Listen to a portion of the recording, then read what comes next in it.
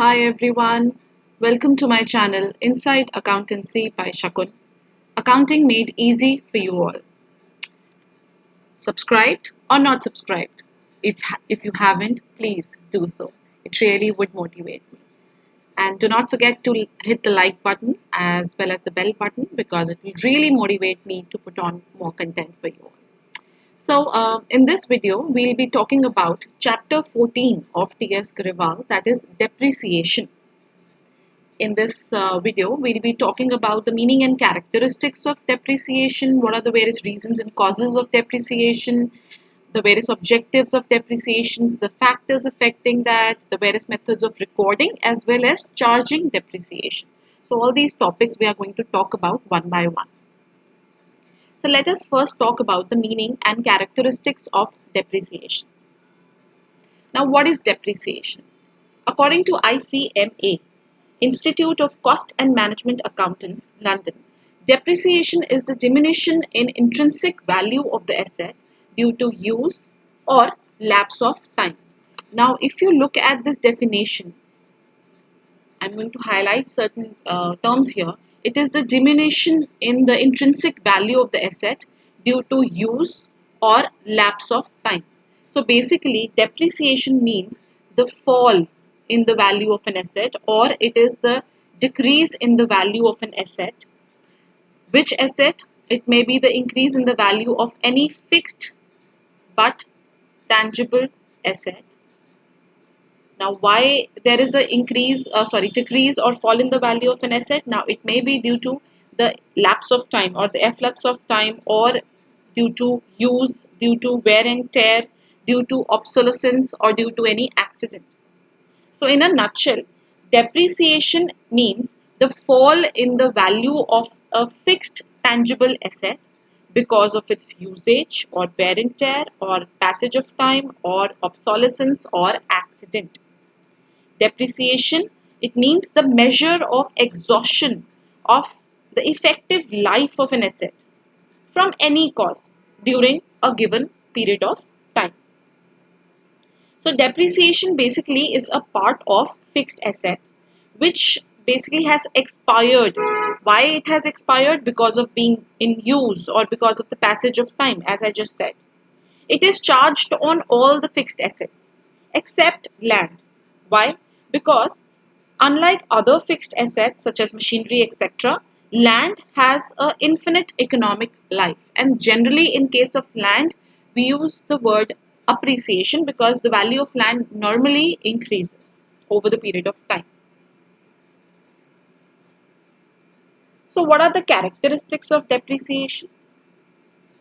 Depreciation is a fall in the value of tangible fixed assets. When I say tangible, I mean those assets which can be seen, touched, which have a physical existence. Fixed assets, those assets which have been acquired to increase the earning capacity. So, whenever there is a fall or there is a decrease in the value of tangible fixed assets, that amounts to depreciation. This fall in the book value of an asset, this fall is permanent. So once the fall is there, we cannot revert back. It is gradual. Gradual, why? It is spread over a period of time and it is continuing in nature. We continue to charge depreciation for the years for which we have the particular asset. This fall in the book value of an asset is either due to the efflux of time, that is the lapse of time, or obsolescence. Now, I've been using this term obsolescence. Obsolescence means when the asset becomes useless because of change in technology. Like, for example, in case of mobiles, every now and then new models are coming up. New models for the mobiles are coming up because of which the old mobiles they become obsolete. So you must have heard this term. So because of obsolescence or the passage of time, it leads to decrease or fall in the value of an asset. Now this, as I told you, depreciation is an expense. It is a loss. It is an expense, and this expense is non-cash. Means we do not have to pay that expense to someone. We do not have to pay it in cash, but it is a non-cash expense which definitely affects the profit and loss account. Profit and loss account is a part of your income statement from which we come to know about our profit or loss. Depreciation basically is a process of allocation of cost of the asset over its useful life. So let's say if we know that the life of a particular machinery is 5 years, so every year there will be a decrease in the value of that machinery.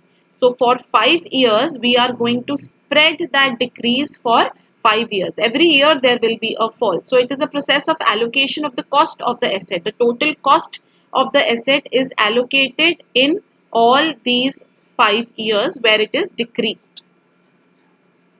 Now, since I told you that depreciation is a non-cash expense, but it is an expense, and I already told you that it is debited to profit and loss account because it is a charge. Charge is something which has to be provided whether there are profits or whether there are losses. So depreciation has to be charged every year, no matter whether we earn profits or whether we go into losses. Then depreciation is generally the term which is used for tangible assets, and when we are talking about the intangible assets, those which do not have a physical existence, cannot be seen or touched, for them we use the word amortization. So decrease in the value of any intangible asset is called as amortization. So before we proceed further to the next topic, there are three terms which should be crystal clear to you.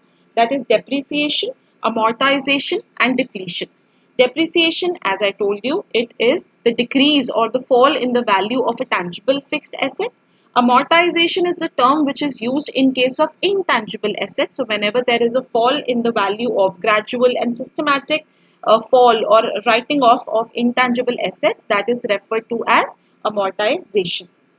For example, whenever goodwill or patents or copyrights, etc., whenever they are, their value decreases over the period of time, we call it as amortization. The writing off of intangible assets is called as amortization. Then we come to depletion. Depletion basically it is a measure of exhaustion of a wasting asset, such as, for example, extraction of material from a mine or a quarry. Okay. Now this extraction procedure, it reduces the available quantity of the material in that mine or in that quarry. So therefore, extraction of any material such as coal from a coal mine is termed as depletion because it leads to the decrease in the stock of coal or stock of that particular material that we are talking about. So depreciation is used in case of tangible fixed assets, amortization in case of intangible assets, and depletion is used in case of wasting assets. Moving on. Now let's talk about the causes or the reasons why do we charge depreciation. So as we have already discussed in the definition also, the first reason for charging depreciation is the use of asset. Now use of asset, it leads to wear and tear, it leads to asset के value में कम हो जाता है, so it leads to wear and tear and thus it leads to the fall in the value of an asset. The second reason would be the efflux of time, which I've already discussed. Some assets they have a finite life period, but some assets like plant, machinery, they may not have a finite life, and in their case, the life is estimated, and over the life of an asset, the asset keeps on being used and the value keeps on decreasing. So because of the lapse of the time, because of the passage of the time, because of the useful life of an asset, there is a decrease in the value of an asset. So let's say the asset is the estimated useful life of an asset. Let's say estimated useful life of an asset is, let's say, 5 years. So we are going to make sure that the cost of asset is written off. It is written off every year for these 5 years. So every year there will be a decrease in the value of an asset, which will be termed as depreciation. The next reason is obsolescence. Obsolescence, as we know, it means whenever an asset becomes out of date or old, or it has to be discarded because of the change in technology, etc. It's not useful anymore. So that leads to obsolescence, because of which is one of the cause or one of the reasons of depreciation. Next, we have accidents. Accidental losses, they may be permanent, but it is continuing and it is not continuing and gradual. So because of accidents also, they may lead to the decrease in the value of an asset. So these are the few causes or reasons of depreciation. Now moving on to the next topic is objectives or need for providing depreciation. Now, depreciation may be provided with the following objectives. Why do we provide the depreciation? What is the need? So, first one is correct profit or loss. So, why do we charge depreciation? Because we want to determine the correct profit or loss. Depreciation, as you know, it is an expense. It is an expense, and thus it should be debited to the profit and loss account. Profit and loss account gives us, it should be debited to P&L. Now, profit and loss account gives us our profit or loss. So, in order to know the correct profit or loss, it is very important to show depreciation as an expense. So, in order to know the correct profit and loss, it is needed to provide depreciation. Next is true financial position. So, in order to show the true and fair view of the financial position, it is very important to charge depreciation, because it would result in, if we do not charge depreciation, then it would result in assets being stated at a higher value. Why? Because in the balance sheet, financial position is reflected through the preparation of balance sheet, in which we show the assets as well as the liabilities. So in the balance sheet, when we show the assets, if we do not charge depreciation, assets will be shown at a higher value. Their value will be higher than what actually is. So it will not give us a true and fair view of the financial position. So that's why depreciation must be charged. Next is to determine the cost of production. Now, depreciation is taken into consideration when we are calculating the cost of production. Now, if we do not take it into consideration, what happens is the cost of production will be lower by the amount of depreciation. So, if we do not charge depreciation, then the cost of production will be lower than what it actually should be. Next is to provide funds for replacement. To provide funds for replacement. Now, depreciation, as I told you, it is a non-cash expense. Okay, it's a non-cash expense, and when charged, the amount of depreciation is retained in the business, and it can be used for further replacement of the assets. See, depreciation, in case we charge depreciation, we are not giving any money or cash to anyone. So the amount that we are charging as depreciation basically is retained in the business, and that amount can be used for further replacement of that particular asset in future. Next is to comply with the legal provisions. Now, it is necessary to charge depreciation, because according to the provisions of the Companies Act and Income Tax Act, where the companies are required to charge depreciation by following any one method, and they are required to make their accounts keeping into view the depreciation methods. So these are the various objectives in order to know the profit or loss, the financial position, to calculate the cost of production, to retain funds for further replacement, and to follow the legal provisions. We need to charge depreciation. Moving on, the next topic is factors or basis of providing depreciation. Now, what are the factors or basis of providing depreciation? The first one is historical cost of the asset. Now, the cost includes all the expenses which are incurred for making the asset ready for use, such as, for example, when I talk about the cost, that cost would include any kind of installation charges that I may spend. For example, if we purchase an air conditioner, and in order to install it, we have paid certain installation charges. So, air conditioner was for 20,000 and installation charges were for 4,000. So, the cost of my asset would be 24,000. Right. So, according to the historical cost concept, the cost of the asset should be, should include all the expenses that are, incurred in order to make it useful. Next is, so on this basis, we charge depreciation. Next is estimated residual or scrap value. What is the basis of providing depreciation? We also take the basis as the scrap value is also taken into consideration. What is scrap value? Scrap value or residual value is basically the estimated realizable value of the asset at the end of its economic life. Means when the life of the asset is complete, what will it generate for the firm as scrap? When it is sold for scrap, what is the estimated amount or residual amount that can be generated? So this also is taken into consideration while calculating the depreciation. Then useful economic life of the asset. As I told you, useful life of the asset means the period for which it can be used productively without incurring any extraordinary repairs and maintenance expenses. So useful or economic life means the period for which the asset can be productively used for increasing the profits. So that is also taken into consideration while calculating depreciation. And the last one is legal provisions. As I told you, the Company Law or Income Tax Act, it prescribes the method and the rate of charging depreciation.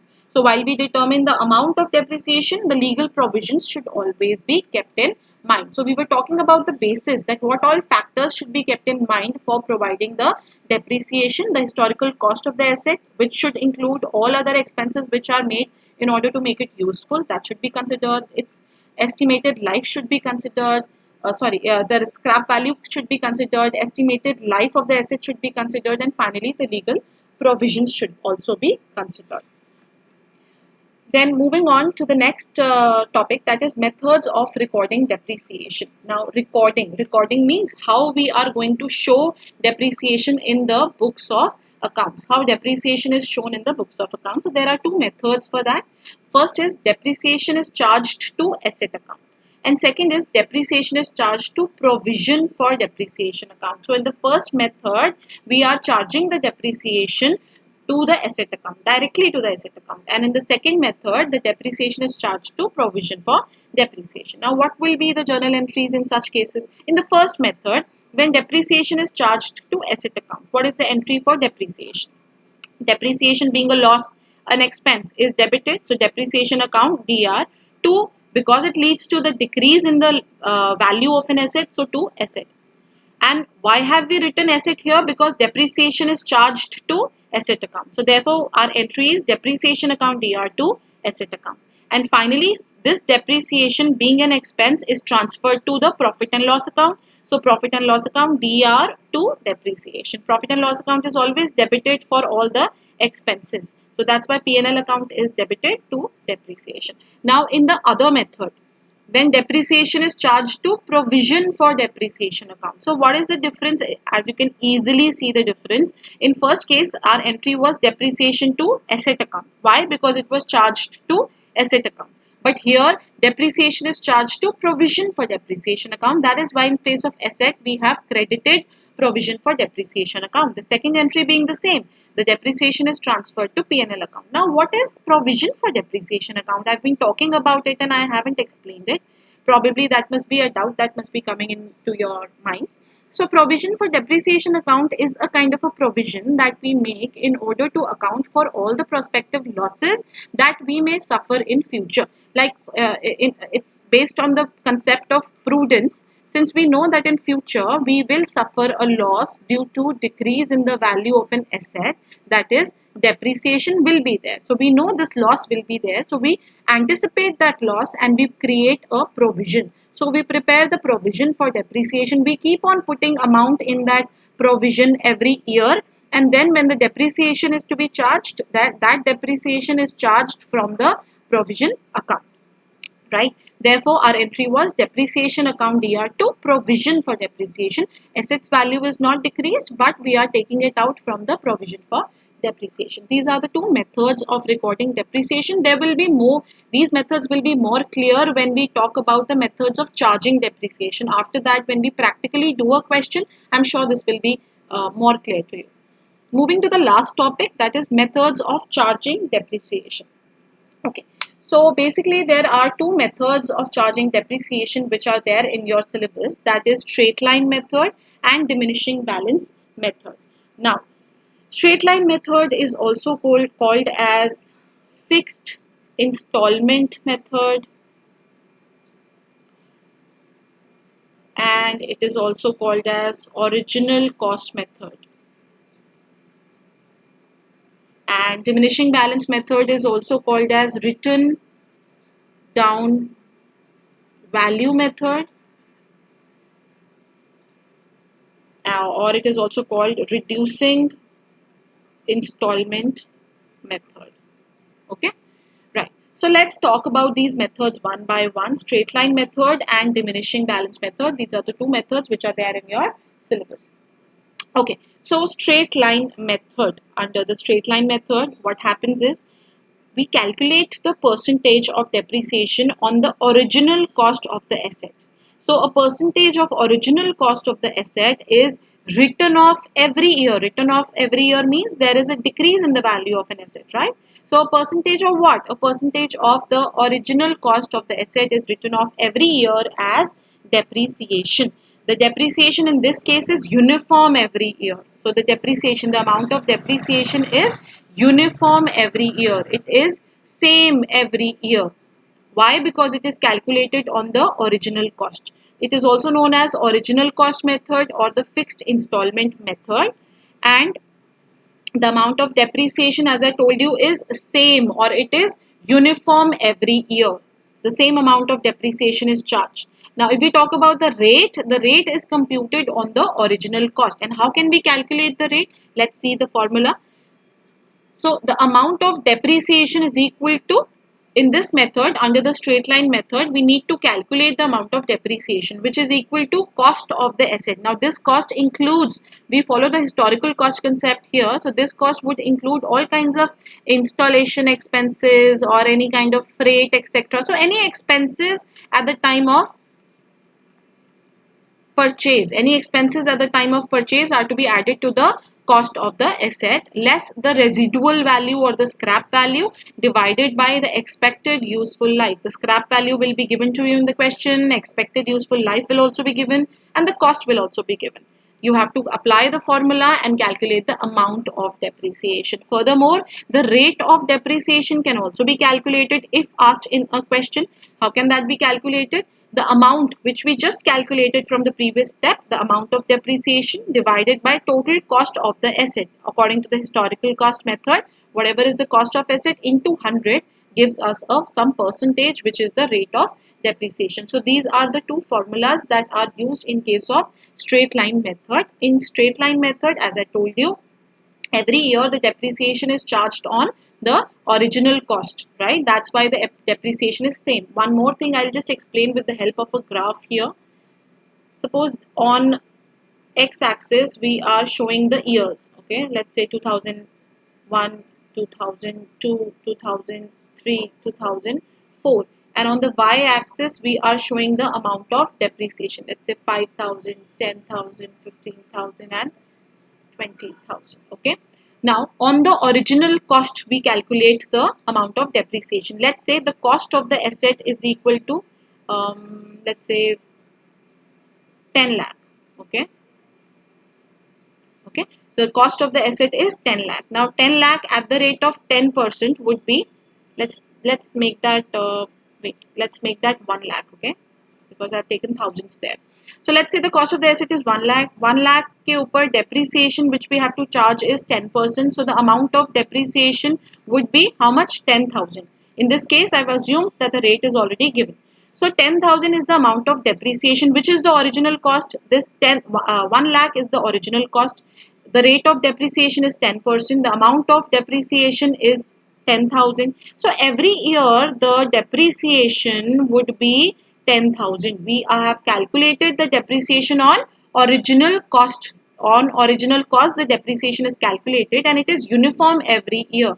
So every year the amount of depreciation goes on. It does not change. It is same. It is uniform. That is why we call it a straight line method, because if plotted on a graph, it gives you a straight line. We'll talk about this one in detail in the next video. Let's move on to the next method, diminishing balance method. So diminishing balance method means where the depreciation is charged at a fixed rate on the book value, that is the reducing value, that is the cost less depreciation. So every year when we charge the depreciation, we charge it on the reducing value or on the written down value. Written down value is the value that is the cost from which the depreciation has been already subtracted. This diminishing balance method is also known as reducing installment method or fixed percentage. Why fixed percentage? Because the percentage is fixed. The rate of depreciation is fixed.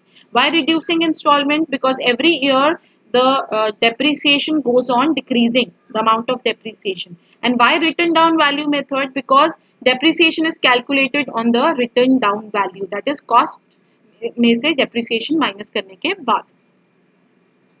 The amount of depreciation declines every year, as I told you. The rate of depreciation is computed on the basis of cost, scrap value, and useful life. And one more thing, I'm sorry, before we complete this, one more thing, if plotted on a graph, how will this be shown?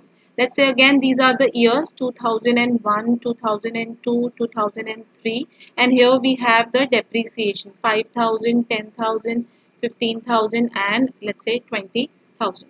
Okay, so let's say the cost of the asset was 2 lakh. Okay, depreciation rate is given to you as 10%. So what will be the amount of depreciation for the first year? The amount of depreciation for 2001 will be 10% of 2 lakh, which is equal to 20,000. For 2002, what will it be? Since I told you we need to calculate on the written down value. What is the written down value? Cost, that is 2 lakh minus 20,000, which is the amount of depreciation, multiply by 10%. So cost less depreciation. The first depreciation will be subtracted. So on 1,80,000 we calculate the 10%, which is equal to 18,000. So what happens is that first year the depreciation was 20. The next year the depreciation is let's say somewhere here 18. The next year the depreciation, how much will it be? Let's find out. From 1,80,000 now again we subtract the 18,000. So it will be 1,62,000 on this 10%. So probably something around 16,200. So somewhere here, let's say. So every year, what is happening? The amount of depreciation goes on declining. As you can see, the amount of depreciation for the first year was 20,000. Second year was 18,000 and last year was 16,200. So the amount of depreciation goes on declining. That is why we call it a diminishing balance method. I hope this is clear to you. We have talked about all these things in this video. I hope all these things are clear about depreciation, its causes, objectives, the various bases that we have to take into consideration for calculating depreciation, and the methods of charging depreciation and methods of recording. Please, there is a difference between both. Methods of recording depreciation means when it is charged to asset account and when it is charged to provision for depreciation account. And methods of charging depreciation means the straight line method and the written down value method. So we have talked about this in detail. In the next video, I'll be talking about the straight line method, how it is to be applied in solving questions. Thank you so much for listening to me so intently. If you have any questions, please contact me on my email ID. You're most welcome to leave comments. You can also tell me about which particular questions you want me to take up, which particular chapter that you want me to take up. So I would like to have more of an interaction with you here. So feel free to leave comments, like, share, and subscribe to my channel. So this is Inside Accountancy by Shakun signing off. Thank you so much.